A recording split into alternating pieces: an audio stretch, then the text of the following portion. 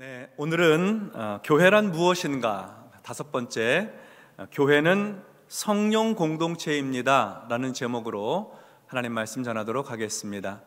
요즘 설교할 때마다 계속 앞부분에 드리는 말씀은 똑같은 말씀, 계속해서 반복되는 말씀을 드리고 있습니다. 중요한 말씀이기 때문에 드리는 것이고 귀에 못이 박히는 정도로 말씀드리는데 마음에 이렇게 딱 담으세요. 담으시고 오늘 말씀 들으시기 바랍니다. 우리가 신앙생활할 때 건강한 신앙생활 하셔야 합니다. 건강한 신앙생활은 교회를 중심으로 하는 신앙생활입니다. 교회는 우리 신앙의 울타리가 됩니다. 울타리 밖을 넘어가면 험하고 거칠고 위험하죠. 그렇다고 해서 울타리 안이 항상 안전한 것은 아닙니다. 신앙의 울타리가 튼튼해야 울타리가 튼튼해야 그 안이, 그 속이 안전하죠. 그러니까 건강한 신앙생활은 건강한 교회를 통해서 이루어진다고 할 수 있습니다. 그러므로 우리는 언제나 우리 교회가 건강한 교회인가, 내 신앙의 울타리가 튼튼한가 하는 것을 늘 점검하셔야 합니다. 교회 창립 70주년을 맞이하면서 우리는 다시 한번 교회란 무엇인가 하는 것을 질문하게 됩니다. 건강한 교회, 건강한 신앙생활을 위해서 교회란 무엇인가, 교회론처럼 중요한 것이 또 없기 때문입니다.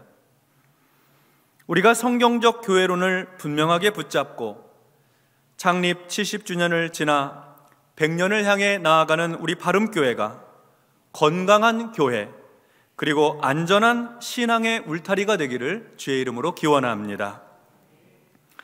지난 몇 주일 우리는 교회는 예수님의 교회이고 교회는 하나님이 자기 피로 사신 교회이며 교회는 예수 그리스도의 몸이고 그리고 교회는 하나님의 집이다 하는 말씀을 나누었습니다. 말씀을 통해 우리는 교회의 주인이 사람이 아니고 예수님이신 것을 확인하였습니다. 또한 교회는 하나님이 자기 피, 곧 그 아들의 피로 값주고 사신 교회여서 무한한 가치를 가지고 있는 교회다 하는 것을 나누었습니다. 또 교회는 예수 그리스도의 몸으로서 예수님과 결코 분리될 수 없고 살아 역사하는 유기적 생명체인 것을 살펴보았습니다. 또 지난 주일에는 교회가 하나님의 집으로서 만민이 기도하는 집이요 복음을 지키고 수호하는 진리의 기둥과 터라는 말씀을 나누었습니다. 오늘은 교회의 탄생과 부흥에 대한 말씀을 나누려고 합니다. 예수님의 제자들과 무리들이 다락방에 모였습니다. 120명이나 모였으니까 꽤 많이 모인 것이고, 그리고 120명이 들어갈 수 있는 다락방이니까 그 방은 상당히 큰 방이라 할 수 있겠습니다. 부활하신 예수님께서 모이라고 명령하셔서 모였습니다. 예수님은 하늘로 올려져 승천하시기 전에 제자들에게 예루살렘을 떠나지 말라고 당부하셨습니다. 하나님께서 약속하신 성령을 받을 때까지, 성령을 받을 때까지 예루살렘에 머무르라고 명령하셨습니다. 제자들에게는 두려운 마음이 있었습니다. 얼마 전에 예수님을 십자가에 못 박아 죽인 로마의 군병들과 유대의 종교 지도자들이 제자들에게도 큰 위협이 되었기 때문입니다. 그러나 그들은 예수님의 명령에 순종하였습니다. 그래서 다 같이 함께 모여서 마음을 같이하여 오로지 기도하기를 힘썼습니다. 그렇게 기도하기를 일주일쯤 지났을 때에 그들이 다 같이 한 곳에 모여 기도하는데 아주 신비로운 일이 일어납니다. 갑자기 하늘에서 급하고 강한 바람 같은 소리가 들리는 거예요. 그 소리가 그들이 앉아있는 온 집에 가득하게 되었습니다. 한 번도 들어보지 못했던 신비한 소리입니다. 그리고 마치 불의 혀처럼 갈라지는 것들이 기도하는 사람들의 눈에 보이는데 각 사람의 머리 위에 그 불의 혀처럼 되어 있는 게 각 사람에게 하나씩 머리 위에 있는 것을 보았습니다. 또한 그들이 다 성령의 충만함을 받고, 성령의 충만함을 받고 성령이 말하게 하심을 따라서 다른 언어들로 말하기를 시작했습니다. 한 번도 배워보지 못했던 외국어, 방언을 말하게 된 것입니다. 예수님 말씀처럼 그들 모두 성령으로 충만하게 되었습니다. 성령은 하나님의 영입니다. 거룩한 영이십니다. 성령은 예수 그리스도의 영입니다. 성령은 어떤 힘이나 능력, 에너지, 기적의 도구, 그런 것이 아닙니다. 성령은 인격적인 하나님의 영, 그리스도의 영입니다. 그래서 성령은 지, 정, 의, 인격을 가진 거룩한 영이십니다. 이 성령님의 역사가 마음을 같이하여 오로지 기도에 힘쓴 제자들에게 임하게 된 것입니다. 성령으로 충만한 예수님의 제자들은 이제 두려움이 사라졌습니다. 로마의 병정들과 유대의 종교 지도자들이 더 이상 무섭지가 않았어요. 성령 충만한 제자들은 예루살렘 거리로 쏟아져 나왔습니다. 그리고 성령이 말하게 하심을 따라서 15개국 이상의 외국어로 복음을 전하기 시작했습니다. 특별히 예수님의 제자 베드로는 우리가 잘 아는 것처럼 배우지 못한 시골 어부 출신인데도 성령으로 충만하게 되자 구약의 요엘 선지자의 예언을 탁월하게 해석하여 전하였습니다. 즉 요엘서에 기록된 성령이 만민에게 부어지는 날이 바로 지금이라고 하였습니다. 그리고 요엘서 말씀처럼 누구든지 주의 이름을 부르는 자는 구원을 받으리라 그렇게 말씀했는데, 우리가 불러야 될 주의 이름이 예수 그리스도라고 증거해 주었습니다. 유대인들이 얼마 전에 십자가에 못 박도록 내어준 예수가 바로 우리가 불러 구원받을 이름이라는 거죠. 주의 이름이라는 것입니다. 하나님의 아들이라고 선포를 한 것이에요. 베드로는 하나님께서 십자가에 달려 죽은 이 예수님을 죽은 자들 가운데 다시 살리셨고 부활시키셨고 우리 모두가 부활하신 주님을 보았다고 증언하였습니다. 사도행전 2장 36절에 보면 그런즉 이스라엘 온 집은 확실히 알지니 너희가 십자가에 못 박은 이 예수를 하나님이 주와 그리스도가 되게 하셨느니라 하니라. 아멘. 베드로가 담대히 선포했어요. 너희가 십자가에 못 박은 이 예수를 하나님이 주와 그리스도가 되게 하셨다. 베드로가 전하는 이 설교를 듣고 사람들이 마음에 찔림을 받았습니다. 베드로가 성령으로 충만하여 선포한 말씀을 듣고 사람들이 성령의 감동에 반응하게 된 것이죠. 이어지는 37절에 보면 그들이 이 말을 듣고 마음에 찔려 베드로와 다른 사도들에게 물어 이르되 형제들아 우리가 어찌할꼬 하거늘, 이렇게 기록되어 있습니다. 베드로의 설교를 들은 유대인들의 마음이 찔렸습니다. 마음이 찔림을 받았다는 것은 양심의 가책을 받았다, 잘못을 시인하고 인정하게 되었다 하는 뜻입니다. 내가 6월절 그때에 예수를 십자가에 못 박으라고 다른 군중들과 함께 목소리를 높였는데 그가 하나님의 아들이셨구나. 내가 소리내어서 함성을 지르진 않았지만 나도 마음속으로 바라바는 좀 놓아주고 저 예수가 대신 십자가에 못 박아 죽었으면 좋겠다, 이렇게 생각을 했었는데 결국 내가 하나님의 아들을 십자가에 못 박는 일에 찬성하고 동의한 일을 했구나, 그렇게 탄식했다는 말입니다. 우리 유대인들이 메시아를 죽였구나, 마음의 찔림을 받고 그리고 죄를 뉘우치게 된 것이죠. 성령께서 죄를 깨닫게 하신 것입니다. 그리고 이렇게 마음의 찔림을 받은 유대인들이 사도들에게 물었습니다. 형제들아 우리가 어찌할꼬? 형제들이여 우리가 어떻게 하면 좋겠습니까? 성령께서 역사하시면 사람들은 죄악으로 가득해 있는 자기 모습을 보게 됩니다. 형제들아 우리가 어찌할꼬 탄식하게 되는 거예요. 회개를 향해 나아가게 되는 것입니다. 38절의 말씀 보겠습니다. 이 말씀 같이 합독합니다. 베드로가 이르되 너희가 회개하여 각각 예수 그리스도의 이름으로 세례를 받고 죄 사함을 받으라. 그리하면 성령의 선물을 받으리니. 아멘. 성령의 역사는 죄인으로 하여금 회개에 이르게 합니다. 베드로는 성령의 찔림을 받고 어떻게 해야 하는지 묻는 유대인들에게 대답했습니다. 너희의 죄를 회개하라. 잘못을 고백하고 뉘우치라. 그리고 죄악의 습관을 버리라고 하였습니다. 하나님께 불순종한 죄를 회개하라는 것입니다. 이웃을 미워한 죄를 고백하라는 거예요. 교만과 탐욕이 가득한 삶을 살아온 것을 뉘우치라는 것이죠. 그리고 그 못된 죄의 습관들을 다 버리라고 하는 것입니다. 베드로는 이어서 예수님의 이름으로 세례를 받고 회개하여 죄사함을 받으라고 했습니다. 그렇게 하면 성령을 선물로 받게 될 것이라고 하였습니다. 이어서 40절과 41절 말씀 보겠습니다. 또 여러 말로 확증하며 권하여 이르되 너희가 이 패역한 세대에서 구원을 받으라 하니 그 말을 받은 사람들은 세례를 받음에 이날에 신도의 수가 3,000이나 더하더라. 아멘. 성령 충만한 베드로는 다른 여러 말씀을 가지고 예수님이 하나님의 아들이심을 증거하였습니다.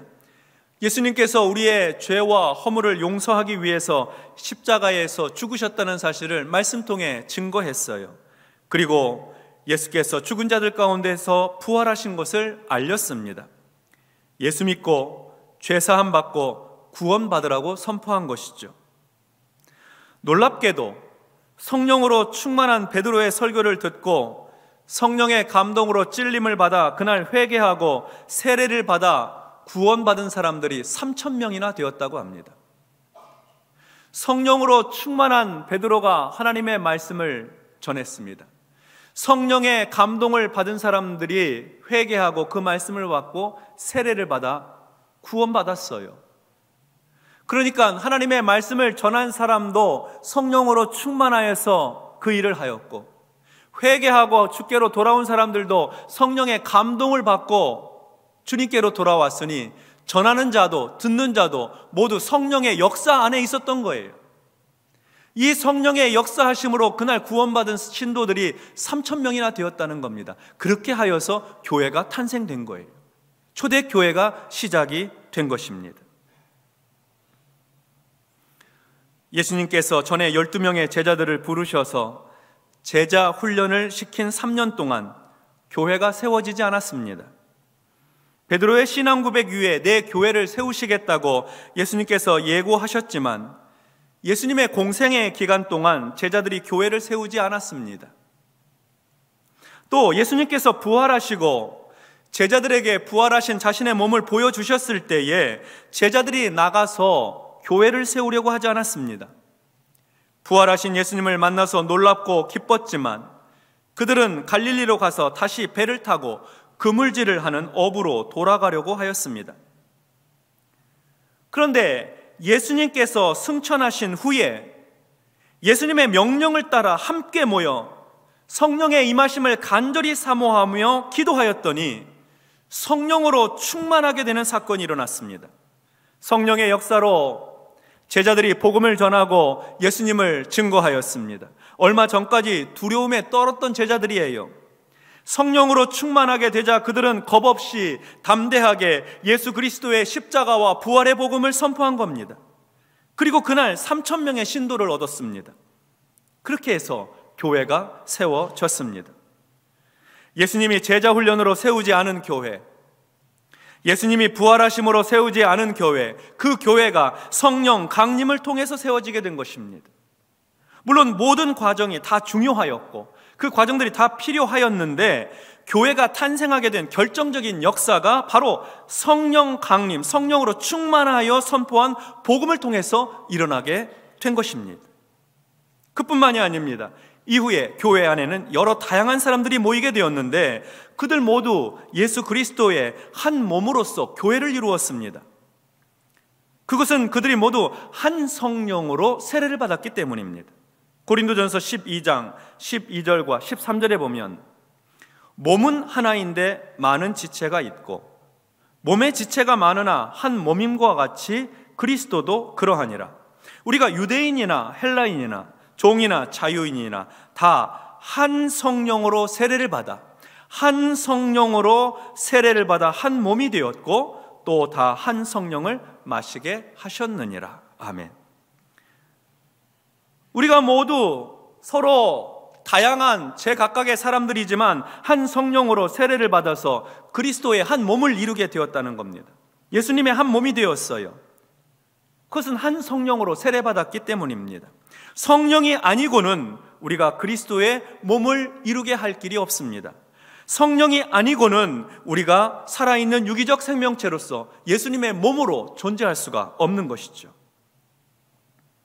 그리고 교회 안에서는 여러 다양한 은사들이 나타났는데 방언을 하고 방언을 통변을 하고 병을 고치고 예언을 하고 지혜와 지식의 말씀을 전하고 능력을 행하고 귀신을 내어 쫓는 그런 은사들이 나타났는데 성경에 보니까 이 모든 은사는 성령의 은사다 이렇게 말씀하고 있습니다.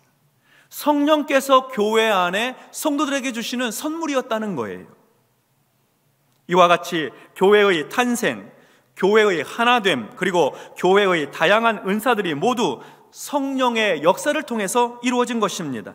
날마다 믿는 자의 수가 더해지고 부흥하고 교회가 성장하고 복음이 계속해서 전파되고 교회들이 계속 개척되고 이러한 성령의 역사가 지난 2000년 기독교 역사 속에서 계속 되어온 것입니다.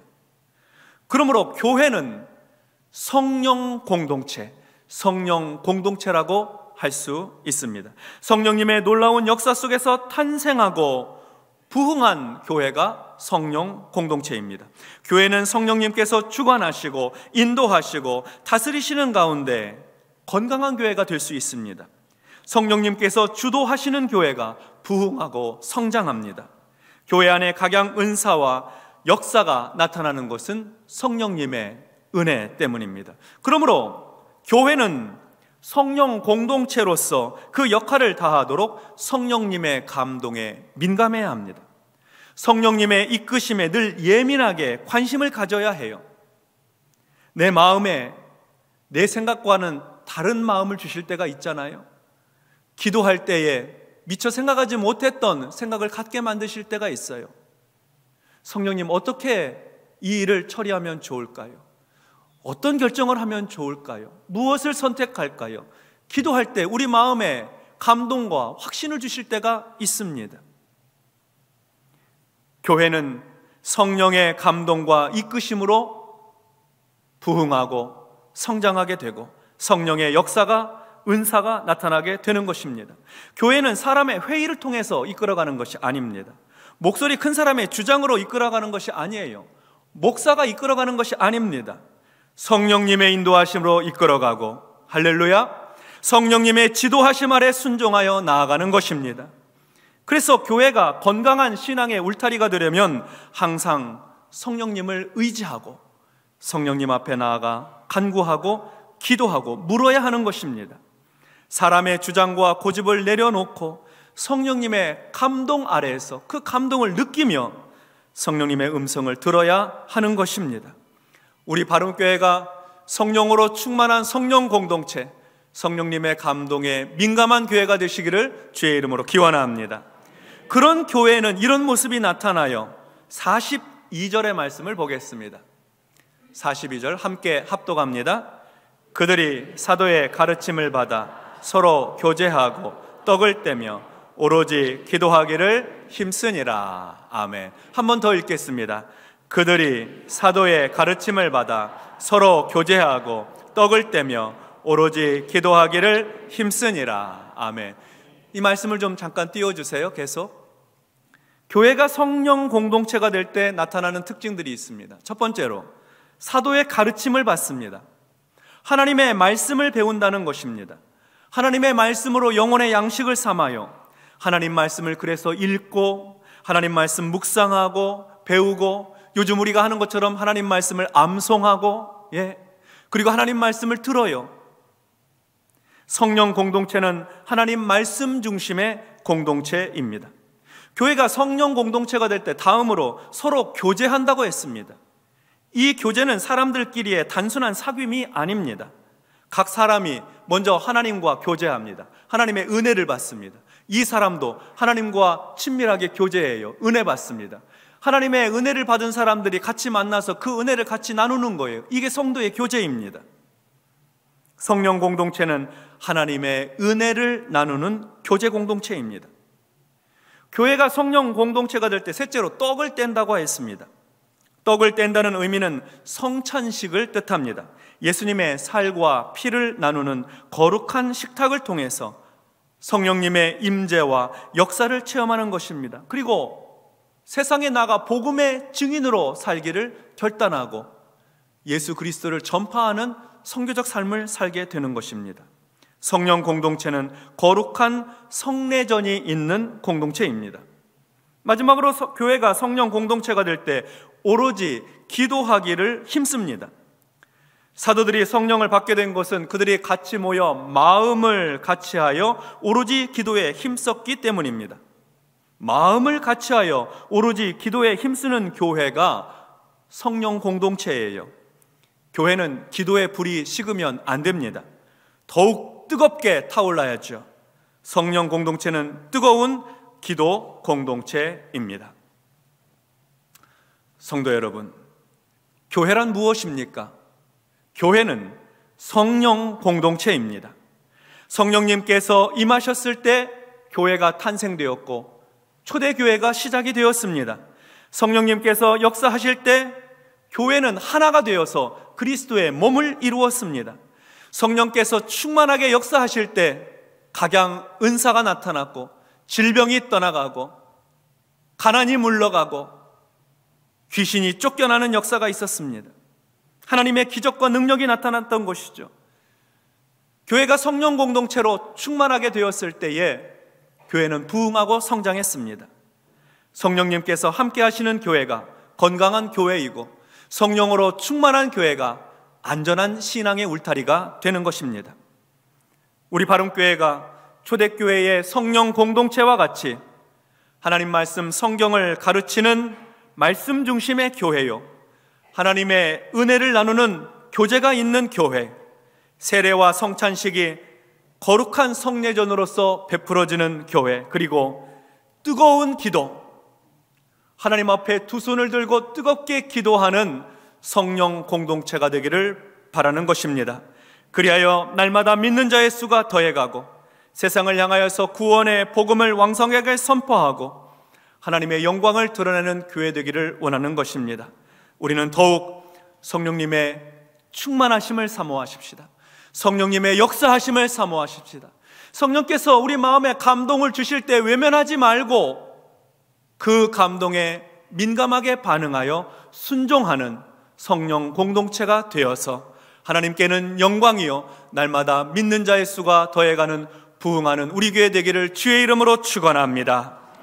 아멘. 기도하겠습니다. 하나님 아버지, 감사합니다. 우리 바른교회 성령 공동체가 되어서 날마다 하나님의 말씀이 선포되고 하나님의 은혜를 나누는 교제가 있으며 주님의 살과 피를 나누는 성만찬 예식과 주의 이름으로 세례를 베푸는 성례전이 항상 있게 하여 주옵소서. 무엇보다 뜨겁게 기도하는 하나님의 기도에 응답을 받는 간증이 넘쳐나는 성령 공동체 우리 바른교회 되게 하여 주옵소서. 예수님 이름으로 기도하옵나이다. 아멘. 찬송.